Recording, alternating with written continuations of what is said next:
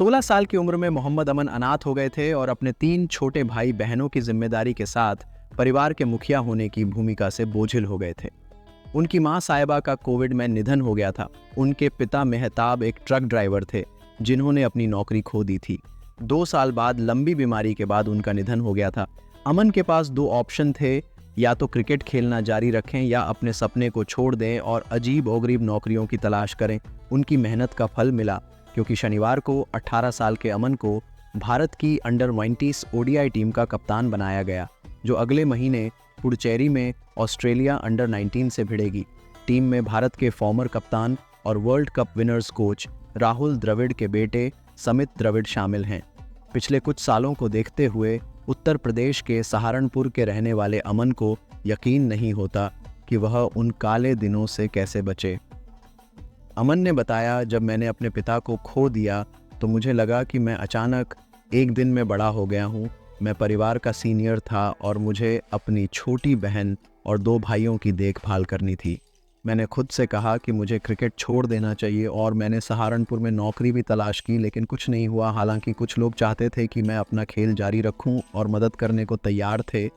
अमन बातचीत के बीच में रुकते हैं और पूछते हैं, क्या आप कभी भूखे सोए हैं? अपने ही सवाल का जवाब देते हुए वह कहता है, हाँ मैंने किया है। भूख से बड़ा कुछ नहीं है। मैं अब अपना खाना कभी बर्बाद नहीं करता, क्योंकि मैं जानता हूँ कि इसे कमाना कितना मुश्किल है।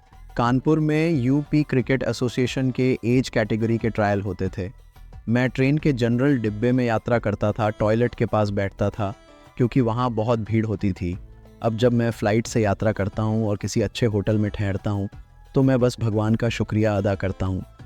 अमान उन दिनों को याद करते हैं जब वे खाली पेट सोते थे, क्रिकेट दौरों के दौरान मिलने वाले पैसों से अपने परिवार का ख्याल रखते थे और पिछले सीज़न के दौरान कमाए गए हर पैसे को अपने घर की रिपेयर के लिए बचाते थे।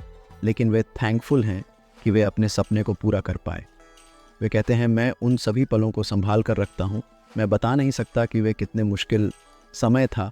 वे अपने कोच राजीव गोयल जैसे कुछ वेल विशर्स की मदद के लिए थैंकफुल हैं।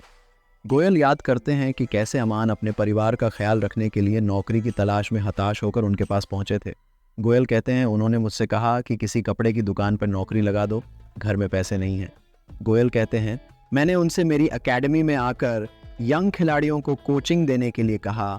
मैंने जो भी कर सकता था किया, इसलिए वह रोज़ाना 8 घंटे मैदान पर रहते थे। ये उनकी कड़ी मेहनत ही है जिसका उन्हें फल मिला है।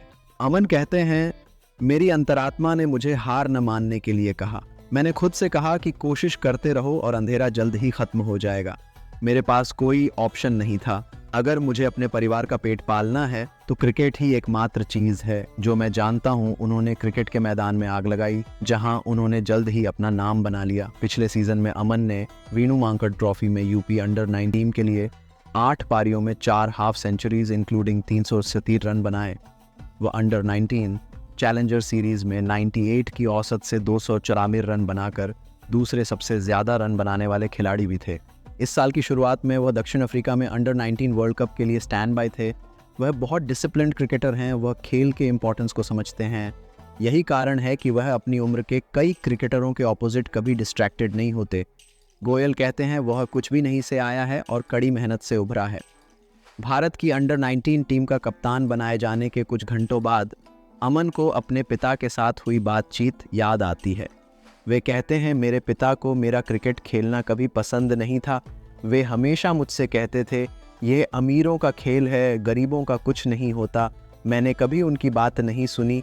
जब 2016 में मेरे पिता की नौकरी चली गई तो हमें अपना घर बेचना पड़ा और उस पैसे से अपना खर्च चलाना पड़ा। काश मेरे माता पिता ये दिन देख पाते, इससे उन्हें बहुत प्राउड होता।